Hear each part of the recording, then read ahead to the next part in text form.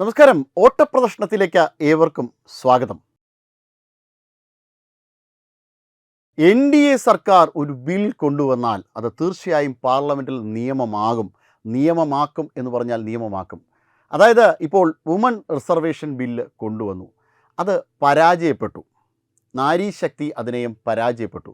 പക്ഷേ അത് വെറും താത്കാലികമായ പരാജയമാണ്. ഇതാ ആ ബില്ല് വിജയിപ്പിച്ചെടുക്കുവാൻ വേണ്ടിയിട്ട് പോവുകയാണ്. ഇപ്പോൾ ഈ തെരഞ്ഞെടുപ്പ് നടന്നു കഴിഞ്ഞപ്പോൾ തമിഴ്നാട് നിയമസഭയിൽ DMKയും കോൺഗ്രസുമായിട്ടുള്ള ഒരു ഭിന്നത രൂക്ഷമായ ഒരു ഇന്ത്യ സഖ്യത്തിൽ നിന്ന് പുറത്തു പോകാൻ പോവുകയാണ്. കോൺഗ്രസ് TVKയെ പിന്തുണച്ച സാഹചര്യത്തിലാണ് ഇത് സംഭവിക്കുന്നത്. അപ്പോൾ DMKയും കോൺഗ്രസും തെറ്റിപ്പിരിഞ്ഞ് DMK ഇപ്പോൾ NDA സപ്പോർട്ട് ചെയ്യുവാൻ തയ്യാറാണ് എന്ന ചില വിവരങ്ങൾ ലഭ്യമാകുന്നു. അവരോട് സമ്മതിച്ചിട്ടുമുണ്ട്. അവരുമായി ചർച്ച നടത്തിയിട്ടുണ്ട്. AIADMKയും NDA സപ്പോർട്ട് ചെയ്യുന്നു. അതോടൊപ്പം കഴിഞ്ഞില്ല, TMC തൃണമൂൽ കോൺഗ്രസിൻ്റെ പകുതിയിലേറെ MLAമാർ ഇപ്പോൾ NDAയ്ക്ക് പിന്തുണ നൽകിയിരിക്കുകയാണ്. അതോടൊപ്പം അവരുമായി ചർച്ചകളൊക്കെ നടന്നു. ചർച്ചകളൊക്കെ വളരെ ഗംഭീരമായി നടന്നു. വലിയ പൊട്ടിത്തെറിയിലാണ് ഇപ്പോൾ TMC പശ്ചിമ ബംഗാളിൽ. ആദ്യമൊക്കെ TMCയുടെ ഗുണ്ടകൾ കയറി വലിയ പ്രശ്നങ്ങളൊക്കെ ഉണ്ടാക്കിയെങ്കിലും അതെല്ലാം കഴിഞ്ഞു.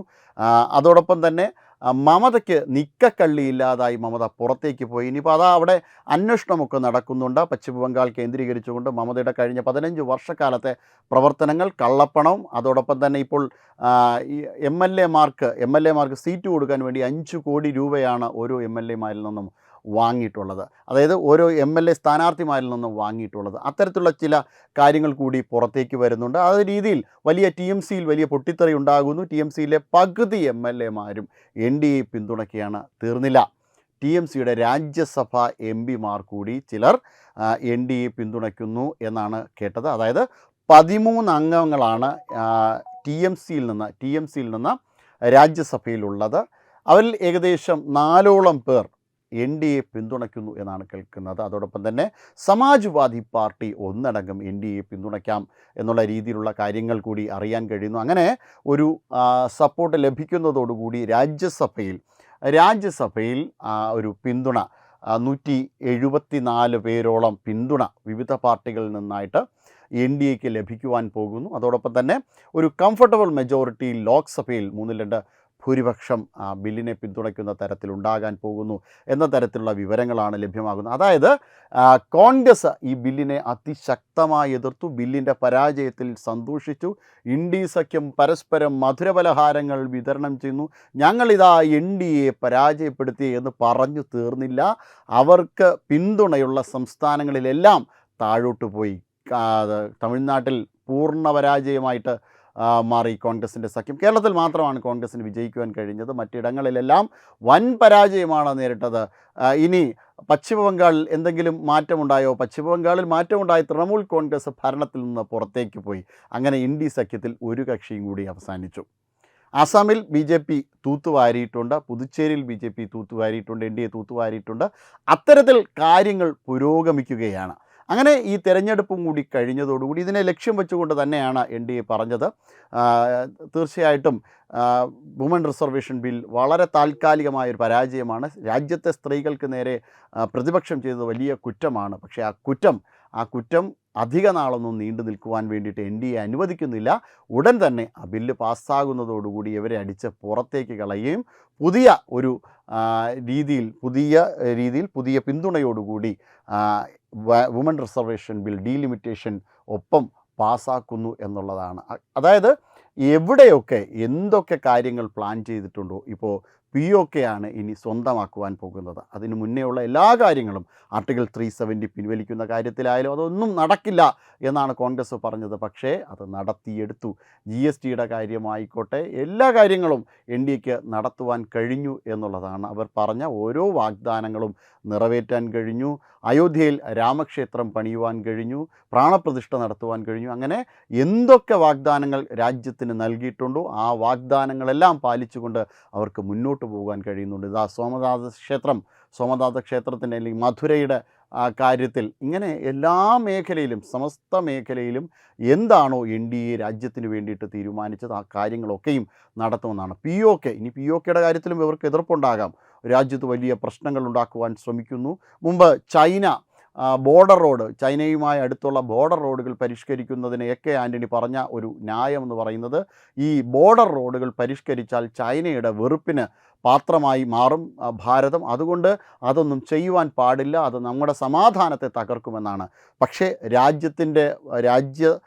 ത്തോടുള്ള താല്പര്യം, അതിൽ അഭിമാനം കൊള്ളുന്ന ഒരു പ്രധാനമന്ത്രി വന്നപ്പോൾ, അതിനു വേണ്ടിയിട്ടുള്ള മന്ത്രിമാർ വന്നപ്പോൾ തീർച്ചയായിട്ടും ആ കാര്യം സംഭവിച്ചു. വടക്ക് കിഴക്കൻ സംസ്ഥാനങ്ങളിൽ ഒരു സൈക്കിൾ പോലും പോകാത്ത വടക്കു കിഴക്കൻ സംസ്ഥാനങ്ങളിൽ ഫ്ലൈറ്റിൻ്റെ എമർജൻസി ലാൻഡിംഗ് ഉൾപ്പെടെയുള്ള കാര്യങ്ങൾ ചെയ്യുവാൻ വേണ്ടിയിട്ട് എൻ.ഡി.എക്ക് കഴിഞ്ഞു. ദിബ്രുഗഡിൽ പ്രധാനമന്ത്രി നരേന്ദ്രമോദിക്ക് ഫ്ലൈറ്റ് ഇറക്കുവാൻ വേണ്ടിയിട്ടുള്ള കാര്യം വരെ ചെയ്യുവാനായിട്ട് കഴിഞ്ഞു എന്നുള്ളതാണ്. അത്തരത്തിൽ ഓരോ കാര്യങ്ങളും നടപ്പിലാക്കുവാൻ വേണ്ടിയിട്ട് എൻ.ഡി.എക്ക് സാധിച്ചു. ജാം ട്രിനിറ്റി, ജൻധൻ ആധാർ മൊബൈലുമായി ലിങ്ക് ചെയ്യിച്ചുകൊണ്ട് ആ സബ്സിഡി എടുത്തു കളയുന്നതിൽ വലിയ പ്രക്ഷോഭമാണ് ഉണ്ടാക്കിയത്. പക്ഷേ ഡയറക്റ്റ് ബെനിഫിറ്റ് ട്രാൻസ്ഫർ, പാവപ്പെട്ടവനും പണക്കാരനും തുല്യരല്ല, പാവപ്പെട്ടവന് കൂടുതൽ പ്രാധാന്യം ലഭിക്കണം, കാരണം അവൻ സാമ്പത്തികമായി പിന്നോക്കം നിൽക്കുന്നവനാണ്, അവനിലേക്ക് വേണം ഡയറക്റ്റ് ബെനിഫിറ്റ് ട്രാൻസ്ഫർ കൊടുക്കുവാൻ വേണ്ടിയിട്ട് തയ്യാറാകേണ്ടത് എന്നുള്ളതാണ്. അതിന് വേണ്ടിയിട്ട് എന്താണ് ഇവർ ചെയ്തത്? അതിന് വേണ്ടിയിട്ട് ജൻധനും ആധാറും മൊബൈലും ചേർത്തുകൊണ്ട് ഒരു പ്ലാറ്റ്ഫോം ഉണ്ടാക്കി.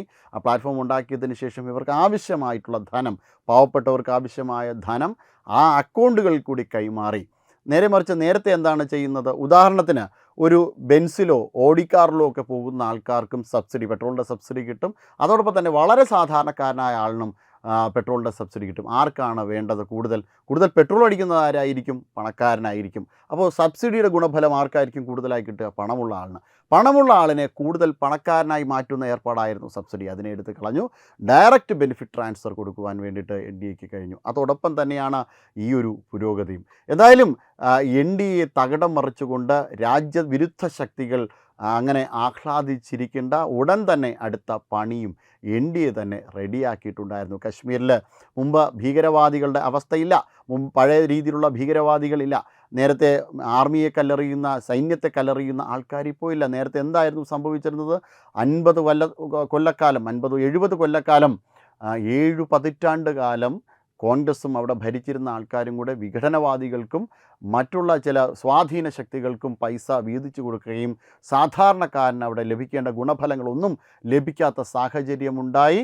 അങ്ങനെ അവർ പൊറുതിമുട്ടുകയുണ്ടായി. 100% ലീക്കേജാണ് പബ്ലിക് ഡിസ്ട്രിബ്യൂഷൻ സിസ്റ്റം വഴി ഉണ്ടായിരുന്നത്. അതിൽ വലിയ രീതിയിലുള്ള ചലനങ്ങൾ ഉണ്ടാക്കുവാൻ കഴിഞ്ഞു.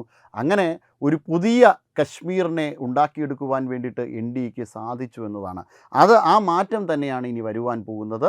വുമൺ റിസർവേഷൻ ബിൽ രാജ്യത്തെ സ്ത്രീകൾക്ക് പ്രാതിനിധ്യം ലഭിക്കുന്ന തരത്തിൽ 850 സീറ്റുകളിലേക്ക് മാറ്റിയതിന് ശേഷം, ഡീലിമിറ്റേഷൻ കൂടി 850 സീറ്റുകളിലേക്ക് മാറ്റിയതിന് ശേഷം ഒരു വലിയ പരിവർത്തനമാണ്, വലിയ പരിവർത്തനമാണ് രാജ്യത്തെ സ്ത്രീകളുടെ. അതായത് 1/3 സീറ്റുകൾ സ്ത്രീകൾ വരുന്നതോടുകൂടി ലോക്സഭയിൽ ഒരു വലിയ പ്രാതിനിധ്യം സ്ത്രീകളിൽ നിന്ന് ലഭിക്കുന്നു. അതോടൊപ്പം തന്നെ രാജ്യസഭയിലും കറസ്പോണ്ടിങ്ങിലി പ്രാതിനിധ്യം ലഭിക്കുന്നു. അങ്ങനെ സ്ത്രീകളുടെ ഒരു ഉന്നമനത്തിന് വേണ്ടിയിട്ട്, അല്ലെങ്കിൽ സ്ത്രീകളുടെ പ്രവർത്തനം മികച്ചതാക്കുവാൻ വേണ്ടിയിട്ട്, രാജ്യത്തെ സ്ത്രീകൾക്ക് കൂടുതൽ മെച്ചപ്പെട്ട അവസരം ലഭിക്കുന്നതിന് വേണ്ടിയിട്ടുള്ള വുമൺ റിസർവേഷൻ ബിൽ പാസ്സാക്കുന്നതോടുകൂടി കൂടുതൽ സ്ത്രീകൾ അധികാര രംഗത്തേക്ക് വരികയും അതോടൊപ്പം തന്നെ തൊഴിലിടങ്ങളിൽ സ്ത്രീകളുടെ വലിയ പ്രാധാന്യം ലഭിക്കുകയും പ്രാതിനിധ്യം ലഭിക്കുകയും ചെയ്യുന്നതോടുകൂടി രാജ്യത്തെ ഒരു ജെൻഡർ വളരെ കാര്യക്ഷമമായി പ്രവർത്തനത്തിലേക്ക് എത്തുകയാണ്.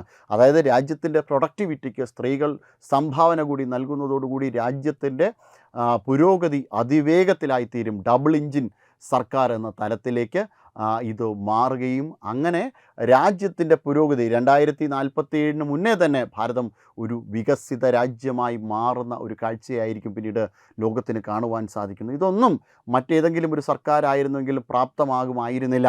അവർ പലതരത്തിൽ ഇതേപോലെ നമ്മുടെ നാട്ടിൽ ഇപ്പോൾ നടക്കുന്നത് പോലെ മുഖ്യമന്ത്രിയെ കണ്ടെത്തുവാനോ പ്രധാനമന്ത്രിയെ കണ്ടെത്തുവാനുള്ള കിടമത്സരങ്ങളിൽ കഴിഞ്ഞുകൂടുന്ന സമയത്ത് ഇതാ രാഷ്ട്രം പുരോഗതിയിൽ നിന്ന് പുരോഗതിയിലേക്ക് കുതിച്ചുകൊണ്ടിരിക്കുന്ന കാഴ്ചയാണ്. ലോകം മുഴുവൻ ഭാരതത്തെ തലകുമ്പിടുന്ന ഒരു കാഴ്ചയും കൂടി നമുക്കിപ്പോൾ കാണാൻ കഴിയുന്നു. നമ്മോടൊപ്പം നമ്മുടെ അയൽ രാജ്യം പലതരത്തിൽ ബുദ്ധിമുട്ടിക്കൊണ്ടിരിക്കുകയാണ്. അവിടെ പെട്രോൾ ഇല്ലാത്ത അവസ്ഥ, ഊർജ്ജ ഉപഭോഗത്തിന് വേണ്ടത്ര അവസരങ്ങളില്ലാത്ത അവസ്ഥ, സ്കൂളുകൾ അടഞ്ഞു കിടക്കുന്നു, സർക്കാർ ഓഫീസുകൾ അടഞ്ഞു കിടക്കുന്നു, ലോക്ക്ഡൗൺ പ്രഖ്യാപിക്കുന്നു, പാകിസ്ഥാൻ കടക്കണിയിൽ നിന്ന് കടക്കണിയിലേക്ക്, ലോകത്തിൽ ആരും തന്നെ കടം കൊടുക്കില്ല എന്ന് പറയുന്നു, സൗദി അറേബ്യയിൽ ഉൾപ്പെടെയുള്ള രാജ്യങ്ങൾ പാകിസ്ഥാനെ അങ്ങ് ഉപേക്ഷിക്കുന്നു, UAE ഉപേക്ഷിക്കുന്നു, ചൈനയാകട്ടെ പാകിസ്ഥാനിൽ വികസന പ്രവർത്തനം നടത്തുവാൻ പറ്റില്ല, അവിടുത്തെ ഭീകരവാദം അവസാനിക്കാതെ എന്ന് പറഞ്ഞു. ആ ചൈന തന്നെ ഭാരതത്തിൽ ഇൻവെസ്റ്റ്മെൻറ്റ് നടത്തുവാൻ വേണ്ടിയിട്ട് തയ്യാറാകുന്നു. ഇത്തരത്തിൽ പല സംഭവ വികാസങ്ങളും നടക്കുന്നു. അതോടൊപ്പം തന്നെ ഇസ്രായേൽ പാകിസ്ഥാനെ ഒരു ഭീകരവാദ രാജ്യമാക്കി മുത്തി പീസ് ബോർഡിൽ ഉൾപ്പെടെ ഉള്ള കാര്യങ്ങളിൽ നിന്ന് പുറത്താക്കുന്നു. അമേരിക്ക 13ഓളം അന്താരാഷ്ട്ര ഭീകരവാദ സംഘടനകളുടെ കേന്ദ്രമാണ് പാകിസ്ഥാൻ എന്ന് പറയുന്നു. നിങ്ങളെ വിശ്വസിക്കാൻ കൊള്ളാത്ത രാജ്യമാണെന്ന് അമേരിക്കൻ ഇൻ്റലിജൻസ് സംവിധാനം പറയുന്നു. ട്രംപിന് പോലും അത് അംഗീകരിക്കേണ്ടി വന്നു. അങ്ങനെ പാകിസ്ഥാനെ അവിടെയും അടുപ്പിക്കുന്നില്ല. അങ്ങനെ പല മേഖലകളിലും ഈ രാജ്യം വലിയ തിരിച്ചടികൾ നേരിടുന്നു. ചൈനയാകട്ടെ, ചൈനയ്ക്കും ഈ രീതിയിൽ തന്നെയാണ് ലോകരാജ്യങ്ങൾ തിരിച്ചടി കൊടുത്തുകൊണ്ടേയിരിക്കുന്നു. മലാക്ക സ്ട്രീറ്റ് അടുത്തേക്ക് ഈ പുരോഗതി എത്തുന്നതോടുകൂടി, അതായത് ഗ്രേറ്റ് നിക്കോബാർ പ്രോജക്റ്റോടുകൂടി ചൈനയും ആപ്പിലാകും.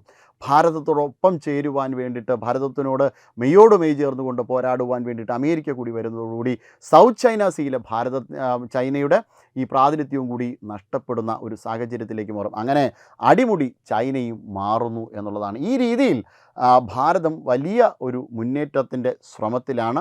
ആ മുന്നേറ്റത്തിൻ്റെ ശ്രമത്തിൻ്റെ ഭാഗമായിട്ടാണ് വുമൺ റിസർവേഷൻ ബില്ല് ഉൾപ്പെടെയുള്ള ബില്ലുകൾ പാസ്സാക്കുന്നത്. അതിനെ തകിടം മറിക്കുവാനും തകിടം മറിച്ചതിനെ പരാജയപ്പെടുത്തുവാനാണ് കോൺഗ്രസ് ശ്രമിച്ചത്.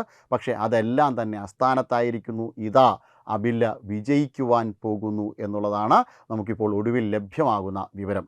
Web desk Tatwamayi news. വിട്ടുവീഴ്ചയില്ലാത്ത നിലപാടുകളുമായി ദേശീയതയുടെയും സമാജത്തിൻ്റെയും ശാക്തീകരണത്തിനു വേണ്ടി തത്വമയിയുടെ ജൈത്രയാത്ര തുടരുകയാണ്. യൂട്യൂബിൽ മാത്രം തത്വമയിക്ക് 10 ലക്ഷം സബ്സ്ക്രൈബേഴ്സിലേക്ക് എത്താൻ ഏതാനും ചുവടുകൾ മാത്രമാണ് ബാക്കി. മറ്റ് സോഷ്യൽ മീഡിയ പ്ലാറ്റ്ഫോമുകളിലും തത്വമയിയുടെ നിറസാന്നിധ്യം തുടരുകയാണ്. ഈ അവസരത്തിൽ ഞങ്ങൾക്ക് നിങ്ങളോടുള്ള അഭ്യർത്ഥന ഞങ്ങളോടൊപ്പം നിൽക്കുക എന്നുള്ളതാണ്.